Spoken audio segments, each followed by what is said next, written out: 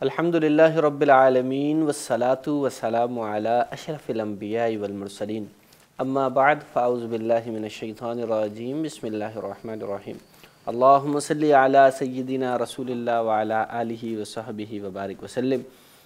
ناظرین ناظرات، سامعین سامعات، ملائکہ صالحین، ارواح طیبات، السلام علیکم ورحمۃ اللہ وبرکاتہ۔ ناظرین، پروگرام سرکار کی باتوں میں آپ سبھی کو خوش آمدید کہتے ہیں۔ ناظرین کرام، خادم رسول حضرت انس بن مالک رضی اللہ عنہ سے مروی ہے، رسول کریم صلی اللہ علیہ وسلم نے ارشاد فرمایا، ثلاث من کن وجد حلاوۃ الایمان۔ جس شخص میں تین چیزیں یہ پائی جائیں گی وہ ایمان کی مٹھاس کو پا لے گا۔ ہر چیز کی ایک مٹھاس ہوتی ہے، ہر چیز کا ایک ذائقہ ہوتا ہے، ایک لذت ہوتی ہے۔ تو ایمان کی لذت اگر کوئی شخص حاصل کرنا چاہتا ہے تو وہ تین چیزوں کو اپنائے تو وہ ایمان کی لذت حاصل کر لے گا۔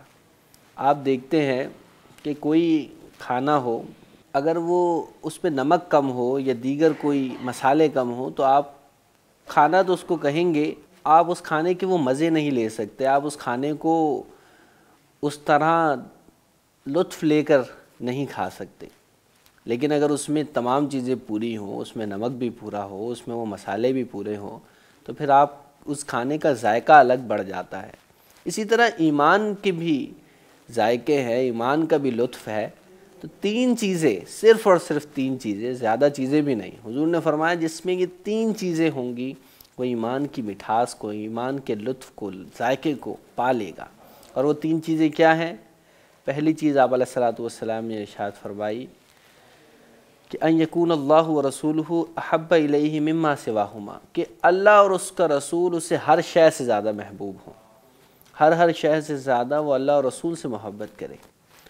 صوفیہ کرام فرماتے ہیں کہ اللہ کا ذکر، اس کی محبت، اس کی حیا بندے کی روح کو غالب کرتی ہے، اور اللہ تعالیٰ کے ذکر سے دوری، اس کے عذاب سے بے خوفی اور اس کی نافرمانی انسان کے نفس کو غالب کرتی ہے، جس سے ایمان کی لذت ختم ہو جاتی ہے اور ایمان کمزور ہو جاتا ہے، اور بالآخر انسان منافق ہو جاتا ہے اور گمراہ ہو جاتا ہے۔ تو ایمان کی لذت کو پانے کے لیے پہلی چیز یہی ضروری ہے کہ انسان اللہ اور اس کے رسول سے ہر شے سے بڑھ کے محبت کرے۔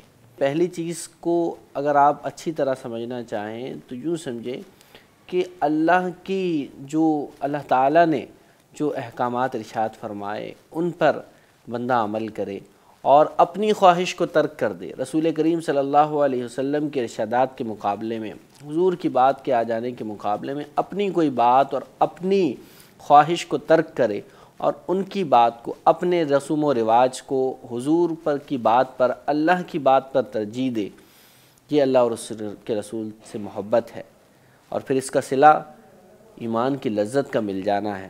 اور دوسری بات رسول کریم صلی اللہ علیہ وسلم نے ارشاد فرمائی کہ بندہ جس سے بھی محبت کرے تو اللہ ہی کے لیے کرے، یعنی وہ اللہ کے کسی پیارے سے محبت کر رہا ہے، کسی ولی سے، تو اللہ کے لیے کرے۔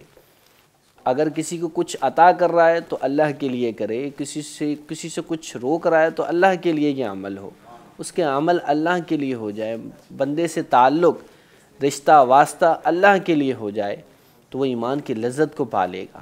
وہ اس کا پھر کسی سے ملاقات کرنا اس لیے نہیں رہے گا کہ یار میں نہیں جاؤں گا تو پھر یہ ہوگا کہ آیا نہیں یا برا مانیں گے، بلکہ اس کا تعلق اللہ کی وجہ سے بڑھ جائے گا۔ اور آج ہم اگر دیکھیں ہمارے رشتوں میں وہ محبتیں نہیں رہیں، اس لیے کہ ہم نے آپس کے رشتوں کو بھی اللہ کے لیے نہیں نبھا رہے، ہم اپنی ذاتی فائدے، اپنے ذاتی مفادات کو ان پر ترجیح دے رہے ہیں۔ تو ضرورت ہے اس بات کی کہ ہم آپس میں بھی تعلق و محبت رکھیں تو اللہ کے لیے، ہم کسی ولی سے بھی پیار رکھیں تو اللہ کے لیے۔ اور تیسری بات نبی کریم صلی اللہ علیہ وسلم نے ارشاد فرمائی کہ بندہ کفر میں لوٹنے کو ایسے ہی ناپسندیدہ جانے جیسے آگ میں گرنے کو ناپسندیدہ جانتا ہے۔ آپ جانتے ہی ہیں کسی شخص کو آگ میں گر جانا کتنا ناپسند ہوگا کہ کہ وہ ہر صورت اس سے بچنا چاہتا ہے، کیونکہ آگ انسان کے جسم کو جلا دیتی ہے، انسان اس سے دور بھاگتا ہے، جہاں آگ جل رہی ہو انسان خود کو فاصلے پر رکھتا ہے۔ تو اسی طرح کفر میں لوٹنے سے بھی وہ فاصلے پر رہے، وہ کفر کے قریب بھی نہ جائے، وہ کفر میں لوٹنا اتنا ناپسند کریں کہ آگ میں کود جانا جیسے بندہ ناپسند کرتا ہے، تو تب وہ ایمان کی مٹھاس کو، ایمان کی لذت کو پا لے گا۔ پھر وہ شیطان سے بالکل محفوظ ہو کر رحمان کے دامن رحمت میں آ جائے گا۔